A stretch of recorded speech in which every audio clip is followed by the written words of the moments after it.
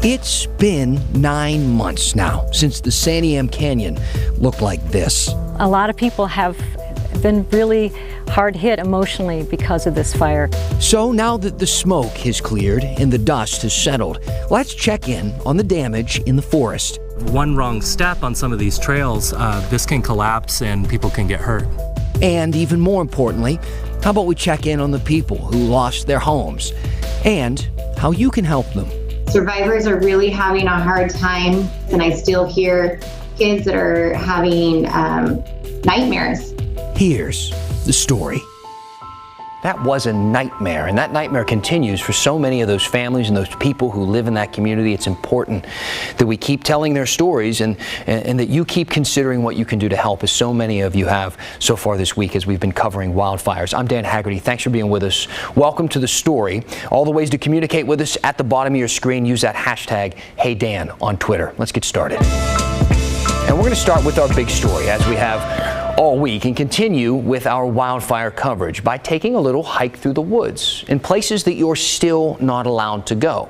A lot of the trails in the Santiam State Forest are still closed right now, 9 months after the Beachy Creek fire. You might be thinking, wow, still, they haven't cleared all those burned trees yet. Well, it's not just the trees that could be dangerous, but also the ground. Do you remember this video? This video really stuck with me. This is from last September. This was taken by a firefighter near Detroit, and that is fire burning underground. You can just imagine how unstable it made everything above it. Christine Pitawanich took a trip through the Santiam State Forest to get a closer look at why a lot of hiking areas are still unsafe and closed off, and also to find out what's being done to restore them. I'm here in the Niagara area on the way up to the Natural Arch Trail. It's usually a pretty popular one that has beautiful views, but as you can see, it's closed off to the public, like most all of the trails in the Santiam State Forest, and for good reason. So this is an example of where the trail has been degraded so badly that you almost can't even really tell where it is anymore. That's Jason Cox with the Oregon Department of Forestry. He and another staff member highlighted the kind of damage that can be found on roughly 80% of the trails in the Santiam State Forest, which is the area in blue on this map. And currently there's no burned areas in the Santiam State Forest that are open to the public. This is the first time cameras have been allowed on the trail into this burned, closed-off area of the Santiam State Forest. So this is an area that actually used to have steps to help people get down this pretty steep little portion of the trail. Only 1 of 6 sets of stairs on the trail survived. Safety handrails are gone too. There used to be a handrail like right there. Further along the trail, burned out roots have created holes underneath the trail. You can stick your arm all the way under here, and my hand is actually under the trail right now. So it gives you an idea of one wrong step on some of these trails. This can collapse and people can get hurt. If you're familiar with hiking, you know typically there isn't this much rock laying around. Man, it's a little dicey on some of this. The layer of dirt and other organic debris that used to be on top burned off during the Beachy Creek fire. One wrong step, and you could go sliding. If someone gets hurt, a call to search and rescue crews would be putting rescuers in similar danger. This is a log that fell across the trail after the fire, and it's actually completely blocked the trail, and so we're gonna have to climb a little bit up and over to get around it. That was above the hill and it slid down, took the hill down and all the rock with it. So another thing I've noticed as I'm walking through this burned out area is that I'm hearing these cracks from the trees, and it's fortunate that there's not a lot of wind today, but I'm told that if it were windier, it's possible that the branches around here, some of the trees even, might fall, which is also why these trails are still closed, because they're dangerous.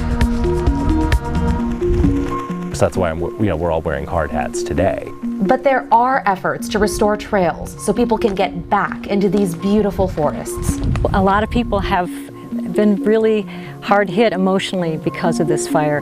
Sean Morford is the executive director of the Tillamook Forest Heritage Trust, a statewide nonprofit focused on supporting the Department of Forestry. They've started the State Forest Wildfire Restoration Fund to clean up and reimagine trails in the Santiam State Forest, as well as improve signage. We were getting phone calls from people who said, how can I help? Morford is also fueled by her own personal connection to this forest. Our property got burned, so this is very, very personal to me. I'm very committed to it on a personal level. Cox says the money donated to help ODF restore trails is helpful. Yeah, we don't have a budget for rebuilding restoration after wildfire. We don't receive general fund from the legislature for really any component of managing state forests, and one of those is recreation. This is natural arch on the Santiam State Forest. The hope is that with the help of donations, gorgeous areas like this can be restored quicker and open back up for everyone to enjoy. The forests are recovering along with the communities here in the canyon that were so devastated by the fire, and it's a long-term endeavor. Near Niagara, Christine Pinawanich, KGW News. A lot of work to be done, and they need help. So if you want to donate, if that's something you feel like you'd be interested in doing to restore the trails in the Santiam State Forest, you can go to tillamooktrust.org. A specific timeline really for when the restoration will be complete is frankly hard to pin down. They don't know, but ODF does have a list of which trails are open and which ones are closed right now if you want to check it out on their website.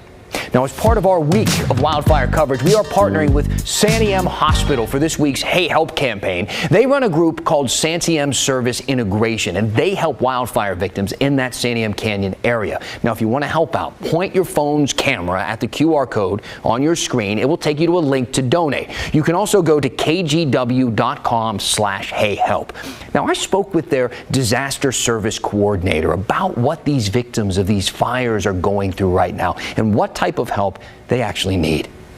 Survivors are really having a hard time with processing the feelings that they feel when there's fires and they see that smoke, and there's not a lot of services available in the canyon to provide counseling support for the kids that we're 9 months into this, and I still hear kids that are having nightmares, and parents not knowing how to respond, and parents that are working and trying to rebuild a home and trying to provide for their family and meet those needs of their children. As we have families who have applied over and over for their FEMA application. They've submitted appeal after appeal with their caseworker, and it comes back saying they need additional information. And so the frustrations are real high right now. And I think that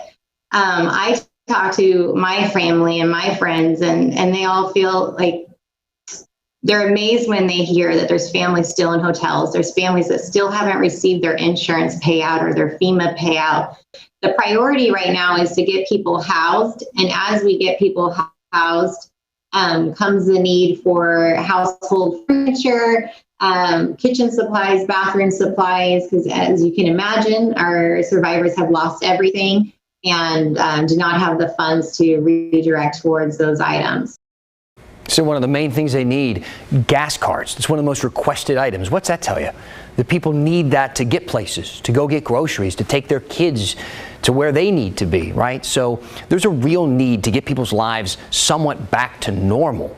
It's been nearly a year. And here's the QR code again, just as I kind of ramble on here. But if you do want to give, we call it a micro donation drive. So feel free to give any amount. It doesn't need to be some big amount of money. And the money that you donate will go to these wildfire victims and help them with housing and health care and food assistance and all the other basic needs that they need.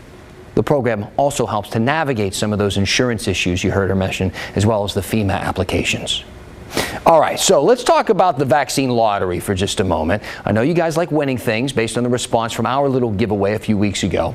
Here's the deal. If you've been vaccinated and you live in Washington, you actually might have won something today. The state is notifying you by voicemail. No, not email, not text, voicemail. I'm surprised they didn't send a postcard. Truthfully, I think that this type of news should be delivered with balloons, but call me old-fashioned.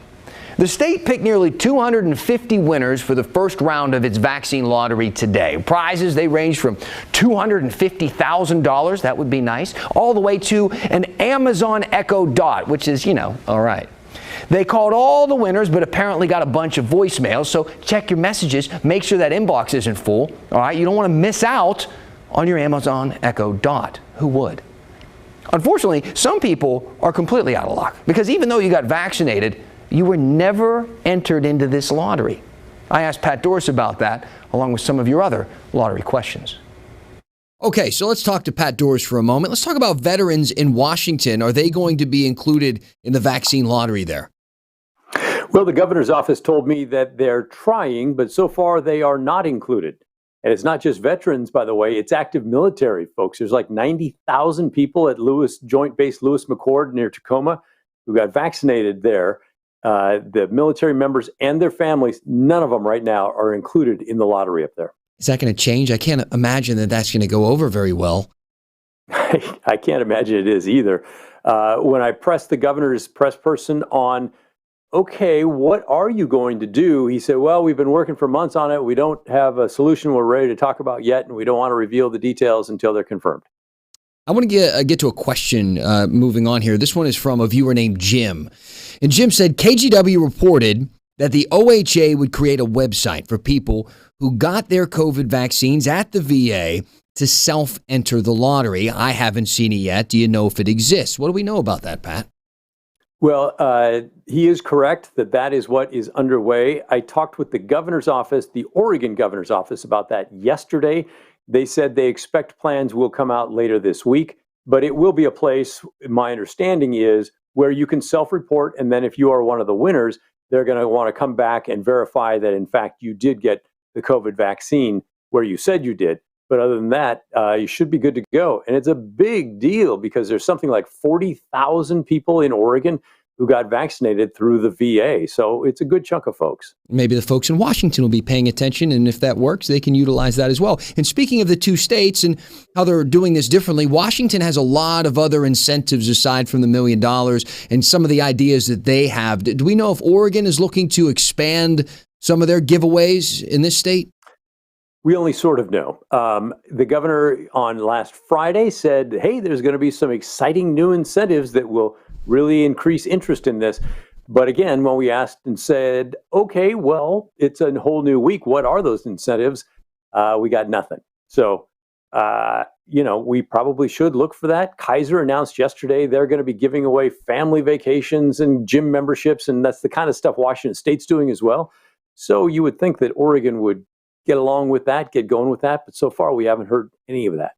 All right. Well, we'll pay attention. Keep asking the questions. Appreciate your time, Pat. Anytime, Dan. In the meantime, we should count some vaccines, right? According to the CDC, 2.37 million Oregonians have gotten at least their first dose. And that works out to be, 67.2% of the population. I say 0.2 because I want to count every point all the way up to 70%. That's where we have to get. If we can get to 70% of the eligible adults in this state vaccinated, we'll be able to fully reopen. How many people is that right now? More than 93,000 left to get vaccinated in Oregon. Now in Washington, the state's reporting 3.92 million people with at least their first dose. That's almost 64% of the state's 16 and older population. That's the metric that Washington is using. They're also aiming for 70%. But the governor there said they're going to reopen at the end of the month, no matter what. So, okay. Meanwhile, anyone still working remotely from home, possibly in sweatpants? That sounds nice, even though I'm sure you're probably tired of that at this point. For everyone else, you may be returning to work and you might notice some rules in the office changing sometime soon. Once Oregon gets to 70%, for instance, you won't have to wear a mask at work anymore. OSHA says the plan to repeal that mask mandate as soon as the governor repeals the statewide restrictions. They're also planning to repeal the social distancing requirements that are still in place, so that creepy coworker can now get close to you again. Yay. I can be that creepy coworker. Not really, kind of. Sorry, guys. There will still be some exceptions. People in airports, public transit, healthcare, you still need to wear a mask in those environments. And you can still wear a mask, of course, if you want to. Nobody's going to make you take one off. Now, there was a rumor back in March that OSHA was going to extend COVID workplace rules forever. What happened was they had temporary rules in place, right? But under state law, you can't have a temporary rule last forever. That's why they use the word temporary. It can only last for 180 days, and we know the pandemic lasted a lot longer than that, so they had to make some rules to make it permanent in the meantime, but soon they will likely repeal it. There are some other requirements in place right now that OSHA is going to be discussing next week, like COVID testing for work, for instance, and when people can be sent home if they're sick, or if you drive with someone else to work, like a coworker. In the news, we do that all the time. Reporters and photographers drive to stories together. I know a lot of other people deal with that in their job. Right now, you're supposed to be separated as much as possible, but those rules could soon change as well as the cleaning and sanitizing requirements that are in place right now. So we could see a lot of changes. Air quality, ton of stuff. OSHA could make changes to those things as early as this month. Remember when it was almost impossible to buy hand sanitizer? Well, it's almost impossible now to sell all of it. Demand is way down, and a distillery in Bend has a bit of a surplus. We're looking at probably $50,000 or $60,000 in a loss in producing the hand sanitizer. And I'm curious, how many of you actually know how Oregon's state song goes? It's okay if you don't, because it just got a rewrite to get rid of some, let's call them questionable lyrics, in a state with a racist past. It was not a song I wanted the children to sing. When the story continues.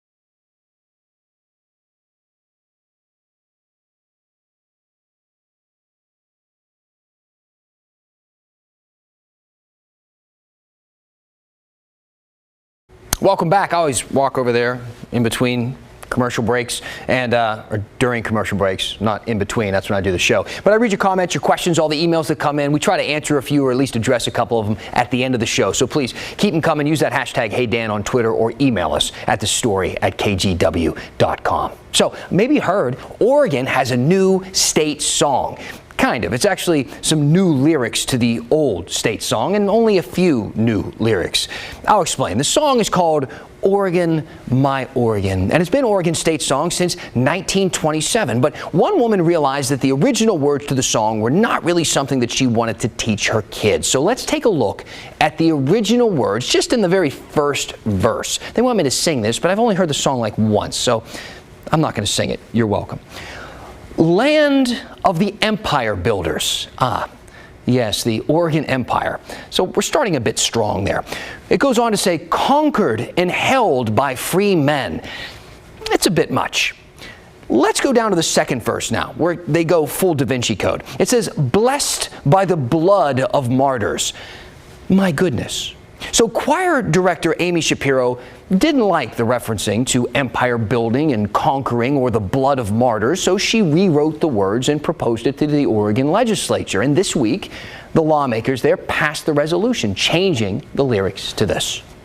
Land of majestic mountains, land of the great Northwest, forests and rolling rivers, grandest and the best.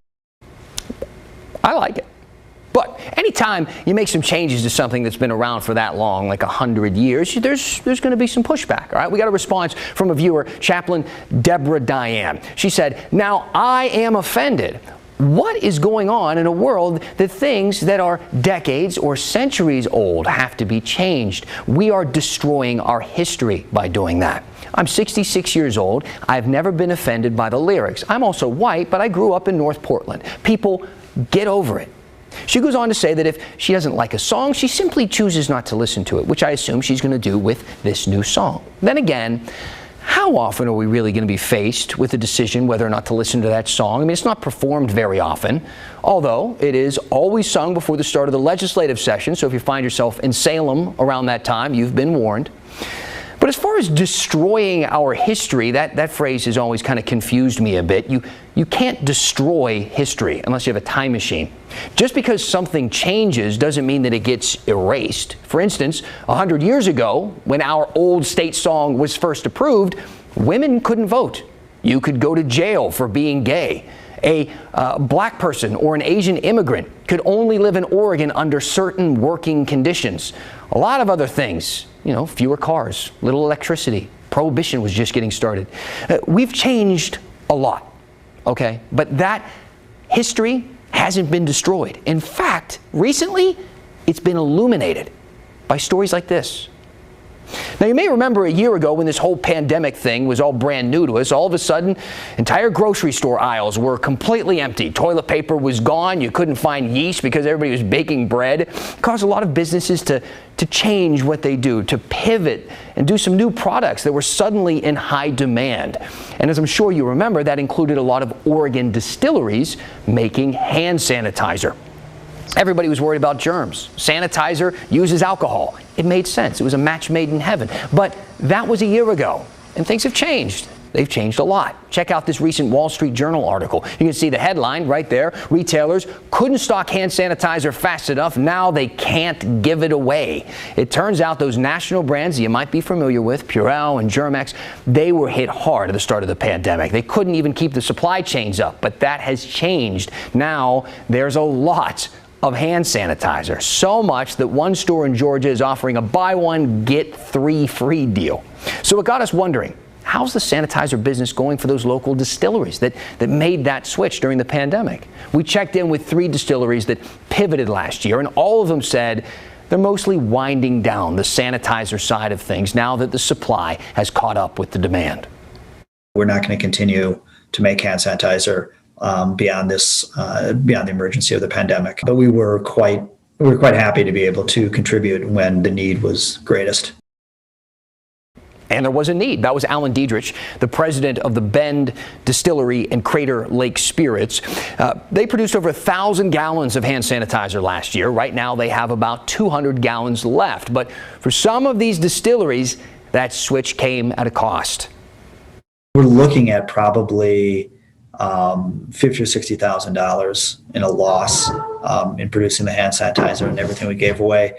Now, some of that. All right, there is some good news. All right, he says that, a lot of things changed. So other expenses like advertising went way down. So they were able to redirect some funds and make things happen so that they didn't get hit hard by that excess of hand sanitizer. We reached out to some of the other distilleries who said that they'd be willing to step up again, even if there was another huge hand sanitizer frenzy, hopefully not accompanied with a global pandemic. A lot of these distilleries are donating, though, their extra supplies right now to nonprofits or just slowly selling them off. All right, keep sending in those questions, those comments, those critiques. Use that hashtag #HeyDan. I'm going to read a few in just a bit. But first, 2 words: kleptomaniac cat. We're keeping Beaverton weird tonight as we finish the story right after this.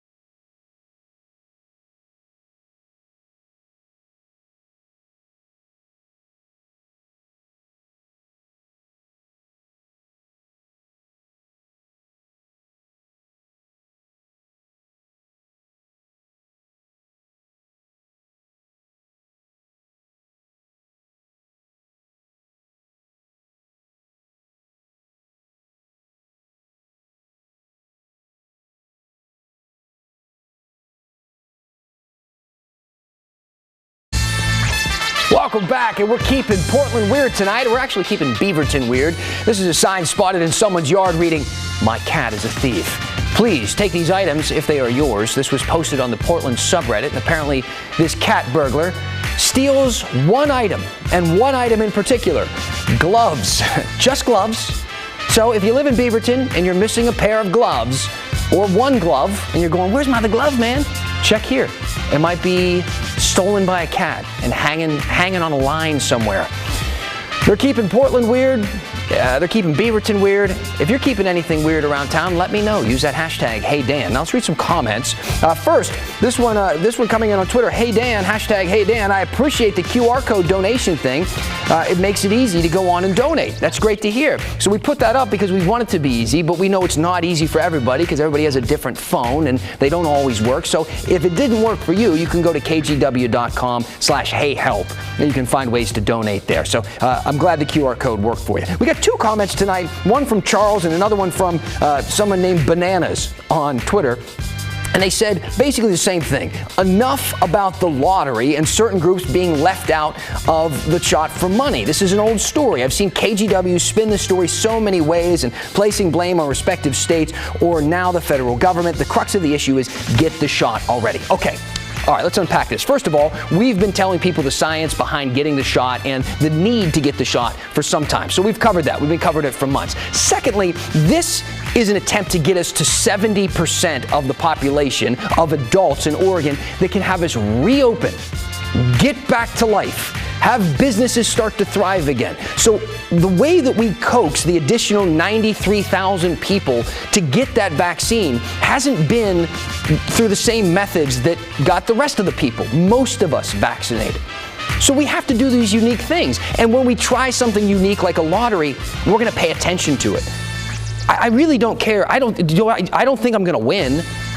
But I think the purpose of this is to get us all to win so we can reopen and have as many people as possible safe from the virus. So I'm going to keep covering the lottery, basically. All right, thanks for being with us. That's the story. See you back here tomorrow.